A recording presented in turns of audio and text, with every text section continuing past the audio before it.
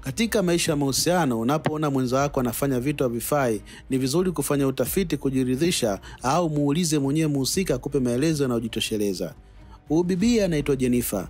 Ametoka kufanya manunuzi ya matunda sokoni. Na huyu jamaa anaitwa Bob, ni mume wa Jennifer. Lakini Bob simu yake hapa inaita, anapokea na inavyoonekana huyu aliyepiga simu ya Bob ni ex wa Bob, ambaye analalamika kwamba amemmisi sana na bado anampenda. Inavyoonekana huyu Bob amesha move on na maisha yake na yuko na mke wake Jennifer, lakini anamwambia nitakupigia. Lakini mazungumzo haya yote Jennifer alikuwa anasikiliza. Anamwambia wewe, huyo ex wako amekumisi na anasema bado anakupenda. Wewe unamjibu majibu gani hayo? Inabidi umjibu majibu mazuri. Bob anamwambia haina haja kwa sababu sasa hivi mimi niko na wewe. Na huyu amekuwa akinisumbua kwa muda mrefu sana na tulishaachana. Kwa hiyo mimi sidhani kama mazungumzo yatakuwa na maana yoyote kwa sasa. Jioni yake Bob anamuuliza vipi hatuli leo, maana bibi haikuwa hajapika chochote. Bibi anamwambia mpigie ex wako aje akupikie kwa sababu inaonekana yeye ndo ana maana. Asubuhi yake Bob anaandaa breakfast hapa kwa ajili ya huyu bibi Jennifer, na bibi baada ya kuamka na kuta breakfast, lakini anataka kunywa chai hii kwa kujificha, kwani anajua alikuwa katika ugomvi kwa kutaka Bob aweze kushuhudia wakati anakunywa chai, kwa alikuwa anakunywa kwa kuibia. Mara Bob akatokea hapa, so bibi alikuwa na aibu sana. Siku inayofuata hapa walikuwa na kila mtu yuko na shughuli zake. Bibi alikuwa anaosha vyombo na Bob yeye alikuwa anafanya usafi, anafagia. Kwa hiyo ilikuwa ni siku poa sana katika familia hii, kwa maana kila kitu kilikuwa poa na kila mtu alikuwa na enjoy, kwa maana hii familia ni watu ambao leo wanagombana kesho wako na furaha. Kwa siku hii kila mmoja alikuwa na furaha na hakukuwa na chochote ambacho kibaya katika nyumba hii, kwa walikuwa wana enjoy sana. So siku inayofuata hapa Bob inaonekana huyu jamaa ametoka kazini na ameingia hapa, anakutana na mlinzi wake anaitwa Baka. Huyu Baka ni mlinzi ambaye amekuwa naye kwa muda mrefu sana. Anamuuliza kama Jennifer amefika hapa. Anamwambia hapana, Jennifer bado hajafika madam. Lakini baada ya muda Baka anamfuata boss, anamwambia boss, nimeona madam Jennifer ameitwa na gari moja nyeusi hapo nje, na inavyoonekana watu wanazungumza kwa muda mrefu sana. Baada kama masaa mawili hivi Bob anatoka kutoka kujua kama Jennifer amerudi ndani, lakini anashangaa kuona mpaka muda huu bado mke wake hajarudi ndani. Kwa jamaa akawa haelewi, akaona inakuaje huyu mwanamke wa mtu unaitwa na gari nje, unakaa masaa mawili kwenye gari, unazungumza na mwanaume mwingine nje ya nyumba yako ambayo umeolewa. Kwa jamaa Bob alimind sana kutokana na hiki, ni kama madharau fulani amefanywa. Anamwambia hivi, wewe una akili? Unaangalia kwa unachokifanya? Wewe mke wa mtu unakaa nje ya nyumba yako, huko na mwanaume mwingine amekuleta hapa nyumbani kwangu, unaongea naye zaidi ya masaa mawili hivi, unaona unachokifanya ni sahihi kweli? Bibi anamwambia mimi sio mke wa mtu, kumbuka sisi tumeshaachana muda mrefu sana. Kwa yote haya sisi tunagelesha tu kwamba tuna ndoa, lakini mimi sina ndoa yote na wewe. Kwa mimi nina uhuru wa kufanya mambo yote ninayotaka. Na yule jamaa sio mpenzi wangu kama unavyodhani. Na pete zako navua kwa sababu mimi ndoa nimeshaichoka na sitaki ndoa tena yote mimi na wewe. Nimeshakueleza. So huyu bibi alikuwa anajaribu kumueleza kwamba yule jamaa ni rafiki yake na alikuwa anamuomba tu ushauri ambao anapitia katika mahusiano yake. So Bob hakutaka kuelewa, akamwambia hizi pete na utazivaa kwa sababu hizi pete nimezinunua gharama kubwa sana. So siku inayofuata hapa bibi inaonekana kama ana safari hapa. Huyu Bob anamwambia mlinzi Baka kwamba hilo begi liache hapo. Liache hilo begi hapo, na anamuuliza kuhusu ile jana kwamba wale watu ambao walimleta mke wake Jennifer ilikuwaje, kuna kitu chochote alikiona. Anamwambia ndio, wale watu walikuwa ni watatu na walikuja na madam, walikaa zaidi ya masaa mawili hapo nje. Anamwambia chochote utakachokuwa unakiona hapo nje kuhusu mke wangu Jennifer, naomba wewe unaniambia kwa sababu nataka kujua kinachoendelea, kwa sababu huyu mwanamke simuelewi sasa hivi kwa mambo anayofanya. Basi jamaa akamwambia poa, hilo begi liache, wewe endelea na kazi zako. So bibi alivyotoka jamaa akamwambia unaenda wapi? Akamwambia naenda Abuja, kuna kikao cha mwisho wa mwaka cha kampuni yetu na nitakuwa niko na ule jamaa anaitwa Austin ambaye ni mfanyakazi mwenzake. Akamwambia wewe unaondoka vipi bila kuniaga, bila kupata ridhaa ya mumeo? Akamwambia mimi sina mume kwa sababu sina mamlaka yote chini yako, kwa sababu wewe tulishaachana muda mrefu, kwa hiyo ndoa yetu imebaki ni gelesha tu. So jamaa huyu Bob aliendelea kumsisitiza bibi abaki, lakini bibi aliona hapana, hili ni jambo la kikazi na lazima niende Abuja kwenye safari ya kikazi. Kwa hiyo siwezi kubaki hapa kwa sababu eti wewe umenizuia au niombe ruhusa kwako. Kwa hiyo bibi alibidi aondoke kwa kulazimisha hapa. So ndoa hii inaonekana ina changamoto sana, na changamoto kubwa inaonekana bado hatujajua shida kubwa ni nini, ni wivu au ni kitu gani. So bibi aliamua kuondoka, lakini Bob alitegemea labda bibi ataahirisha lakini haikuwa hivyo. So bibi aliondoka kuelekea Abuja na alipokelewa na huyu jamaa yake anafahamika kwa jina la Austin, ambaye ni mfanyakazi mwenzake, ambaye wanaenda wote kwenye safari ya Abuja ya kikao cha mwisho wa mwaka cha kampuni yao. So Bob alibaki hapa nje akimwangalia bila kutarajia chochote na kuamini kama mke wake anaweza kufanya mambo kama haya mbele ya macho yake. So jamaa alikuwa anahisi huyu mfanyakazi mwenzake Austin anatembea na mke wake Jennifer. So usiku wa siku hii ambaye mke wake tayari ameshafika Abuja, jamaa alikuwa na mawazo sana. Alikuwa anafikiria na anaassume inawezekana vipi sasa hivi mke wangu ameondoka bila ridhaa yangu, na je, muda huu atakuwa anafanya nini? Je, wamekaa katika hoteli moja, wanaishi chumba kimoja? Je, kwa yote akawa na assume kama watakuwa wana sex, wanafanya mapenzi. Haiwezekani, siwezi kukubali kitu kama hicho. So Bob akawa anafikiria mambo mengi sana kuhusu hii safari ambayo mke wake ameenda. Kwa akawa na assume mke wake huwa akienda kuoga anapenda kusuguliwa na kufanywa massage mgongoni. Kwa akawa na assume huyu jamaa Austin ambaye ni mfanyakazi mwenzake na mke wake Jennifer atakuwa anamfanyia mambo yote ambayo yeye alikuwa akiyafanya kama mume wake. So jamaa alikuwa anajisikia vibaya sana kuona kwamba huenda kuna mambo yanaendelea huko katika hiyo safari ya mke wake, lakini akaona isiwe kesi. Huenda ni mawazo yangu tu. So ilibidi achukue simu kumpigia mke wake kuthibitisha kama kile ambacho alikuwa anakifikiria si kweli. So ilibidi ampigie mke wake simu usiku ule kutaka kujua kwamba je, yuko wapi na amefikia wapi na mazingira yote kwa ujumla, ili kujiondoa ule wasiwasi ambao amekuwa nao. Lakini cha kushangaza ile simu ikawa haipatikani. So Bob aliendelea kuchanganyikiwa sana. Kaona hii imeshakuwa mbaya sana hii. So siku ile baada ya zile wiki mbili kumalizika, ilibidi yule bibi ageuke sasa kurudi nyumbani kwake. So Bob akamwambia yule mlinzi, ile begi liache hapo hapo. Liache hapo afu endelea na shughuli zako. Mimi namsubiri mke wangu niweze kujua cha kufanya. So bibi baada ya kufika akamwambia, unaenda wapi? Ile begi unapeleka wapi? Uliondoka katika nyumba ile siku ambayo uliamua kutoa mguu wako bila ridhaa yangu, na ndio siku ambayo tuliamua kuachana. Bibi anamwambia tu achane hapa, nimerudi kwangu kwa sababu mimi ndio namiliki ardhi ya nyumba hii, na Bob akamwambia mimi ndio mmiliki wa nyumba hii. So bibi akamwambia hapana, tutakuja kuzungumza na mwanasheria kwa sababu ya mambo yanaenda kisheria. So mwanasheria wangu atakuelekeza wewe kwamba mimi nina maana gani na nina thamani gani katika hii nyumba. Kwa inavyoonekana kwamba ardhi ni ya mwanamke Jennifer na nyumba amejenga huyu Bob mwanaume. So siku inayofuata ilikuwa ni shughuli sana. Huyu bibi usiku ule akawa anawaza, akasema huyu jamaa ina maana amerudiana na ex wake au vipi? Mbona simuelewi? Sasa hivi amekuwa akinihisi vibaya au anataka kudhibitisha haya? Ananishuku mimi natembea na Austin ili aweze kuhalalisha swala la yeye la kurudiana na ex wake. Na ex wake na huyu Bob alikuwa anaitwa Oprah. So siku iliyofuata mwanasheria amefika na anamwambia, jamani, mimi naona mbona hakuna haja ya kufikia maamuzi ya kugawana au kuuza imali, kwa sababu mimi naamini kila mmoja ana mchango mkubwa sana katika ili jambo na maisha yenu hapa. Jamaa anamwambia, mimi sikia, mimi nataka aniuzie ardhi yake, anaodai ni ardhi yake, ninunue kwa pesa yote, ninunue kila kitu kiwe mali yangu. Bibi anamwambia, mimi siuzi ardhi yote, hii ni ardhi yangu, itabaki kwa hapa. So aliendelea kuzuzana mpaka huyu mwanasheria akachoka sana. Kwa siku iliyofuata hapa bibi alimuita huyu Baka kumwagiza sokoni kwenda kununulia mazagazaga kwa ajili ya kupika. Sasa na huyu jamaa pia naye Bob akamwambia, sikia, na mimi nataka ukanichukulia mbao mtaa mwingine. Kwa hiyo mitaa ambao kila mmoja anamwagiza. So kila mmoja hapo anataka yeye ndo wa kwanza huyu jamaa kumfuatia anachoagiza. So huyu jamaa huyu Baka ilibidi aachie ushuzi, akajamba, wakachafua hali ya hewa hapo. Kwa hiyo ili lengo tu lilikuwa ni kuweza kuwavuruga tu wamwache. Akamwambia, nisingetumia hii njia walikuwa wananivuruga, kwa sababu haiwezekani kila mmoja ananiagiza kwa njia yake. Huyu niende huku, huyu niende huku. Mimi sijawa mtumwa wao bwana, wasinichoshe. So Baka aliendelea kucheka na kufurahia kwamba ametumia mbinu ya kisasa na mbinu ya kijanja sana kuweza kujiondosha katika mikono ya mabosi zake, kwa sababu kila mmoja alikuwa anataka kumtumia kwa namna yake. Kwa siku iliyofuata hapa bibie alikuwa akimfanyia mtego sana, kwa sababu alikuwa amemisi mume wake. Kwa alikuja alivaa nguo ya kujisexisha na akajiweka mbele. So Baka huyo Bob anasema kwamba bibie amezidi kuwa mtamu sana, yani siku mbili hizi tu amenona, lakini inabidi ujizuie Bob, inabidi ujizuie kwa sababu mwanamke tayari mmeshagombana na mnaonekana mnaelekea kuachana, kwa hiyo jizuie ndugu yangu. So bibi naye akasema yani mimi ninavyomjua Bob mpaka dakika hii angekuwa ameshanirukia hapa, kwani inaonekana ukweli tayari amesharudiana na ex wake, kwa sababu kama angekuwa hajarudiana na ex wake maana yake angekuwa na hamu na mimi na angekuwa ameshanirukia. So Bob ilibidi aweze kujiweka pembeni. Huyu jamaa alimfuata, huyu Baka alimfuata bosi akamwambia bosi, sikia kuna mahitaji hapa tunatakiwa tuyapate.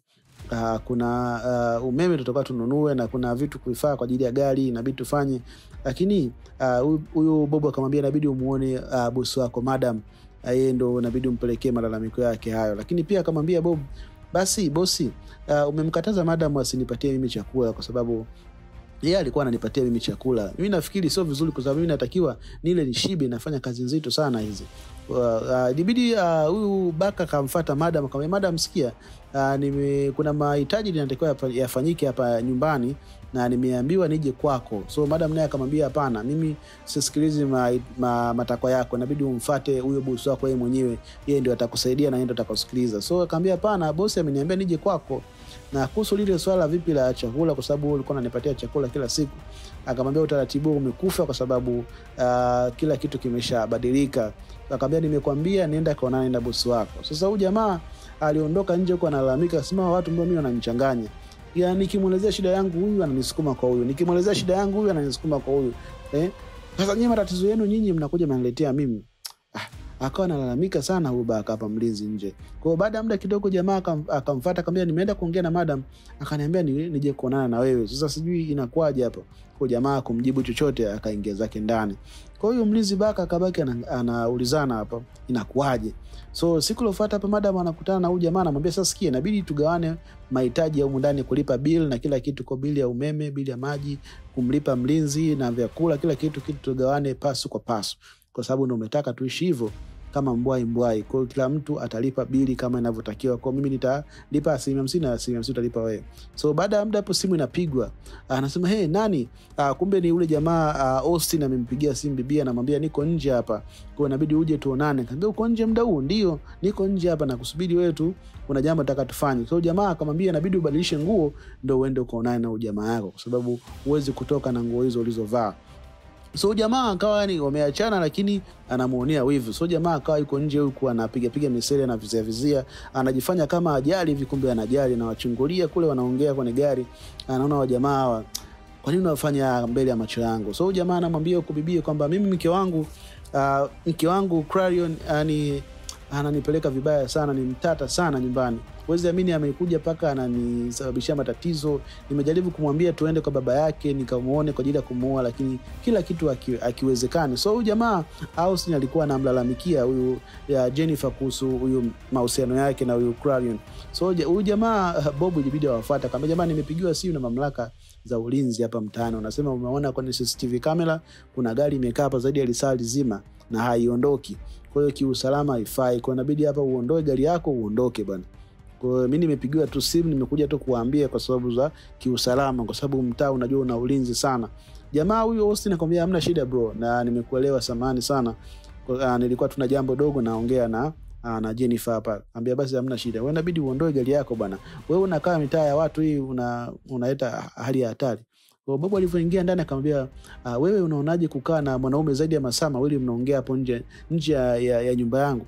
Bibi anamwambia hamna, mimi tulikuwa naongea naye mambo ya kawaida tu, lakini sijajua wewe una shida gani. Umesema tumeshaachana lakini bado unanifuatilia. Akamwambia mimi sikufuatilie, naongea mambo ya msingi. Wewe unaona unachokifanya ni sawa? Si sawa unachokifanya. Bibi anamwambia hapana, mimi sio mke wako, sina mamlaka yote nawe. Tumeshaachana. Lakini yule mtu nimeshakwambia hana shida yoyote. Wewe kwa nini unataka kunielewa? Unaanza kuleta habari zako za wivu. Akamwambia mimi sio habari za wivu. Akamwambia pete yako pia iko wapi? Pete ambayo ya ndoa nilikupa iko wapi?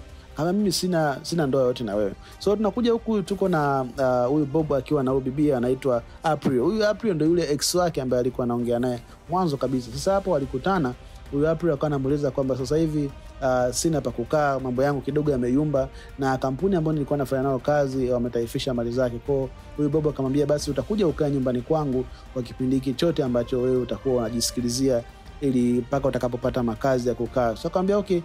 karibu nyumbani kwangu. So wakakutana na Jennifer, akamtambulisha kwamba ni jirani yake. So huyu April akasema okay sawa, uko na jirani mzuri sana. Basi baada ya kutambulishwa pale, kwa hiyo Jennifer akatambulishwa kama ni jirani wa huyu Bob hapa. Kwa Jennifer alijisikia vibaya sana kiukweli. Basi baada ya hapo ikafika siku nyingine hapo, Bob ameenda kuchukua champagne. Akamwambia okay, so umebidi huyu ex wako umlete hapa nyumbani na mmesharudisha mahusiano yenu ya zamani na umeenda kuchukua champagne. Nataka unywe champagne, mfurahie mahusiano yenu, mfurahie penzi lenu. Kwa nini umeshafikia hatua hiyo? Akamwambia hapana, mimi na wewe tumeshaachana, mimi sio mke na mume tena. Kwa hiyo Bob ikabidi aje kwa huyu bibie April, akaja kuenjoy naye. Akamwambia bana, jisikie huko nyumbani, maana hapa kila kitu kiko sawa, mimi naamini utaweza kukamilisha mambo yako yote ambayo yamepelea, ili kila kitu kiwe sawa, uhamie katika nyumba yako mpya. So akaanza kumfanyia massage hapo ya mguu na vitu kama hivyo, mahaba ndindi, unajua tena hao walikuwa ni wapenzi wa zamani. Hasa huko ndani bibie Jennifer akawa anawaza, akasema yani hivi na maana huyu jamaa ndo amefikia maamuzi yake kweli, itakuwa anafanya nini huko ndani? So bibie aende kuchungulia pale, akasia kweli mlio kama watu wanafanya sex ndani huko. So akachukua bakuli pamoja na umwiko, akaanza kupiga kelele kama anaimba nyimbo za kuabudu hapa. Jamaa akamfuata, akamwambia wewe sikia bana, wewe muda huu ni usiku sasa hivi unapigia watu kelele saa hizi inakuaje? Akamwambia mimi naabudu na sifu na kuabudu, mimi ni mtu wa dini na najisafisha mbele za Mungu. So nyinyi mnakaa mnazini ndiko mnafanya madhambi, mimi najaribu kujitakasa na kumsifu Mungu wangu. Nikamwambia hakuna kitu tufanye zaidi ya kutupigia kelele bana, acha kupigia makelele bana. Kwa siku iliyofuata hapa jamaa huyu Bob akiwa na bibi April walikuwa wanafanya mazoezi na nini, mambo yao yalikuwa tu yameenda vizuri. Maisha yalianza kuendelea katika huu mji. Mara baada ya kufanya mazoezi wakaingia zao ndani, lakini huku juu bibi Jennifer alikuwa anaendelea kuangalia. Kwa siku iliyofuata hapa bibi April alipika chakula nini, akaandaa chakula, akamuita Jennifer aweze kula, lakini Jennifer akamwambia hapana, mimi nimeshiba, kwa hiyo sitaweza kushiriki katika hicho chakula chenu hapo, nyie mnaweza mkaendelea tu. So kwa muda wote huyu April alikuwa anajua huyu Jennifer ni jirani yao, kwa maana yake alikuwa hajui chochote kinachoendelea kati yao.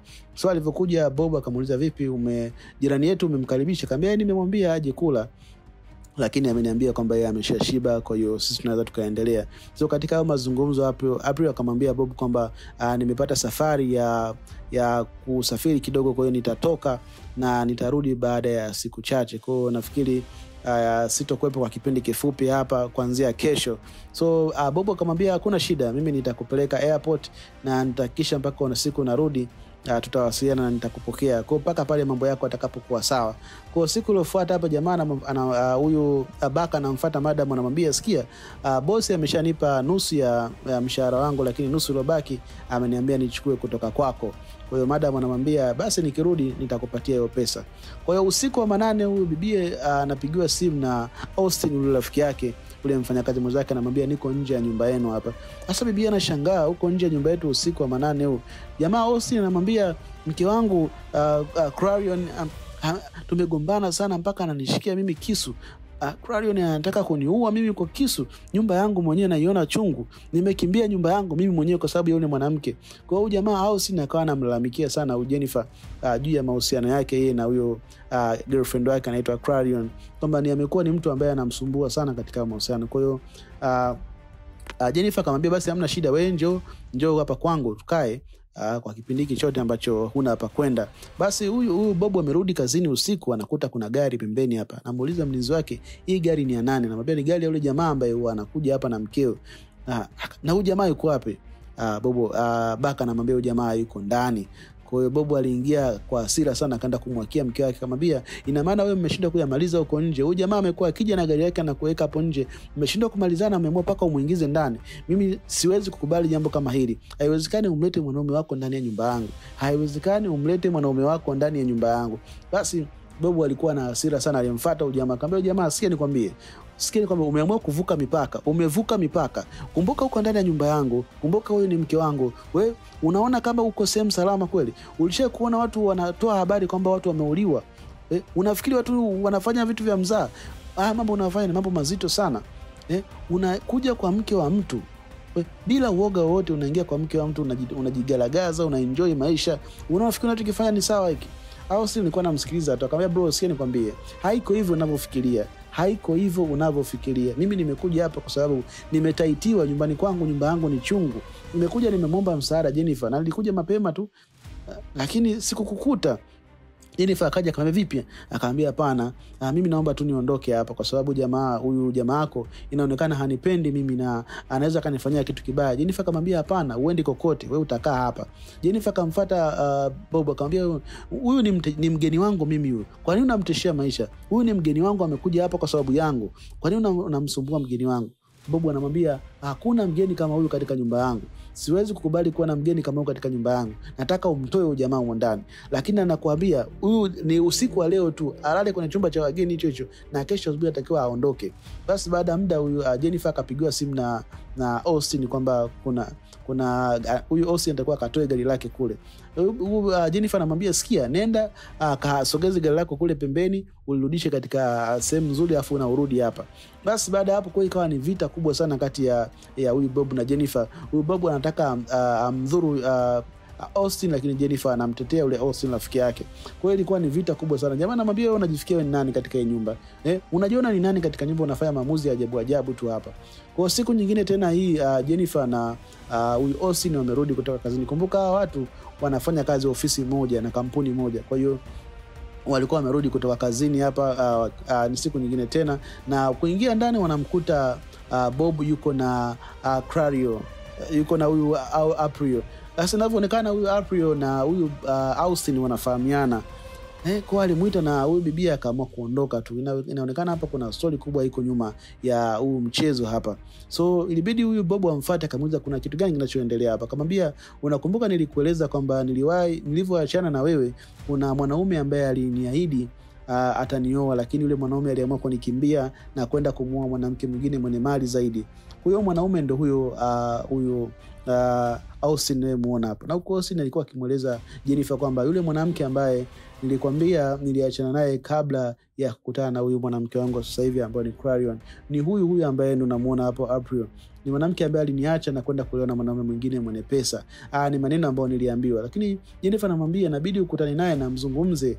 Kwa siku iliyofuata mchana huo jamaa Bob anamwambia Jennifer unamwona huyu jamaa Austin ni mwanaume ambaye nilimuhisi tu ni mwanaume mbaya sana tangu mara ya kwanza. Nilimuhisi tu mwanaume wa hovyo sana na ndio maana nilikuwa nakukataza kuwa na mwanaume kama huyu. Jennifer anamwambia usijaji chochote, lazima usikilize pande zote mbili. Siku ile inayofuata huyu Austin anamsimamisha April, anamueleza kwamba naomba tuzungumze kwa sababu inavyoonekana mimi sikukufanyia ubaya, lakini kuna mambo tu yalitokea huko nyuma na huenda yakawa yalisababisha shida kubwa. Akaambia kuna rafiki yetu mmoja anaitwa Karista, mimi baada ya kutoka masomoni aliniambia kwamba wewe uliolewa na mwanaume mwenye pesa sana. Kama mimi niliolewa na mwanaume mwenye pesa, kwa libidi ilionekana hapa kuna taarifa ambazo zilifanyika huko nyuma hazikuwa sahihi. Hata huyu Clario anamwambia mimi mwenyewe niliambiwa kwamba wewe ulioa mwanamke mwenye pesa. Kwa inavyoonekana huyu Karista rafiki yao wa kipindi hicho aliwapotosha wote wawili, kwa ikaonekana kuna vitu walivifanya kimakosa. Kwa hiyo huyu bibi April akamfuata Bob akamweleza wewe kila kitu unachokiona hapa ni sio kweli. Ina maana kumbe huyu Jennifer alikuwa ni mke wako na wewe ukanitambulisha mimi ni kama jirani yako. Hivi una akili kweli wewe Bob? Akamwambia mimi ningefanya nini sasa? Kwa hiyo ilibidi bibi April amfuate Jennifer na kumweleza na kumuomba msamaha kwamba kumbe wewe ni mke wa Bob na nimekuja humu ndani zaidi ya wiki 2 nimekaa tumefanya yote haya, lakini sikujua kama nakuvunjia heshima kiasi hiki. Naomba unisamehe sana kwani kiatu chako ni kikubwa sana. Najua maumivu gani unayapitia kwa kipindi chote hiki. Basi bibi Jennifer akamwambia najua utaniomba msamaha, lakini najua tayari mmeshafanya mapenzi na kuna baadhi ya mambo mmefanya. Bibi alikataa. Huko jamaa Austin akamfuata Bob na kumweleza bro, naomba tuzungumze kidogo. Mimi kikweli sina chochote ninachokifanya na mke wako zaidi ya urafiki ndio kwa nao. Maisha yangu yamekuwa ni full of stress. Mahusiano yangu yamekuwa ni stress sana, lakini Jennifer amekuwa akinisaidia kunipa msaada wa ushauri na kisaikolojia. Na ndio maana tumekuwa kipindi chote hiki na ukaribu, lakini hatujawahi kuwa na mahusiano yoyote ya kimapenzi mimi na Jennifer. Hata safari ambayo tulienda kule ilikuwa ni safari ya kikazi tu. Huku April na Austin wamekutana, akamwambia vipi umeongea naye? Akamwambia ndio nimeongea naye, lakini mambo mengine hayo ni wao wenyewe sasa kukubali kwamba sisi tumeshazungumza ukweli kwamba hakuna chochote kinachoendelea kati yetu. So hao wamba ilibidi nao warudishe, wafufue mahusiano yao ambayo yalikuwa yamejificha, yamekufa kwa sababu inaonekana kwamba huyu Karista aliweza kuwapotosha na kuwadanganya ili waweze kuachana. Kwa upande huku jamaa Bob ilibidi amfuate mpenzi wake Jennifer na kuweza kutaka kuombana msamaha, kwani wamepitia katika kipindi kigumu sana cha mzozano na mgongano bila ya kuambiana ukweli. Kwa Jennifer alianza kusema kwamba mimi naomba unisamehe kwa sababu tatizo langu kubwa ambalo nililifanya na kosa langu kubwa ambalo nililifanya ni kuweza kutengeneza urafiki na ukaribu uliovuka mipaka na Austin. Nilijua kabisa kile ninachokifanya ilikuwa ni sahihi, lakini kiuhalisia yale yalikuwa ni makosa. Kwa hiyo Bob naye akaomba msamaha na akatoa pete zao za ndoa. Akamwambia pete za ndoa hizi nilizitunza sana, naomba tuzivae tena kwa ajili ya kufufua na kuirudisha ndoa yetu. Mimi bado nakupenda sana mke wangu. Na Jennifer akamwambia na mimi pia nakupenda sana mume wangu. Nimefurahi sana ndoa yetu kurudi katika hali ya furaha kama zamani. Ukweli tumeishi katika nyakati ngumu sana. Basi baada hapo wakakutana wote, kila mmoja akiwa na wake, na wameweza kufufua mahusiano yao wakiwa na furaha tele. Wakamwambia jamani, sikia, naomba niseme tu kweli nimefurahi sana huu muunganiko mpya na ninaamini tutaendelea kuwa hivi siku zote. Kwa hiyo mimi naamini ni kitu kizuri sana ambacho tuko nacho kwa sasa, na tuendelee kufurahia mapenzi na mahusiano yetu kama ilivyokuwa zamani. Kwa hiyo mara baada hivyo wakabidi waondoke kwenda kufurahia mahusiano yao, na huo ndio ukawa mwisho wa filamu yetu hii nzuri kabisa ya leo. Ulikuwa nami Mr. Swahili Recaps. Tukutane wakati mwingine.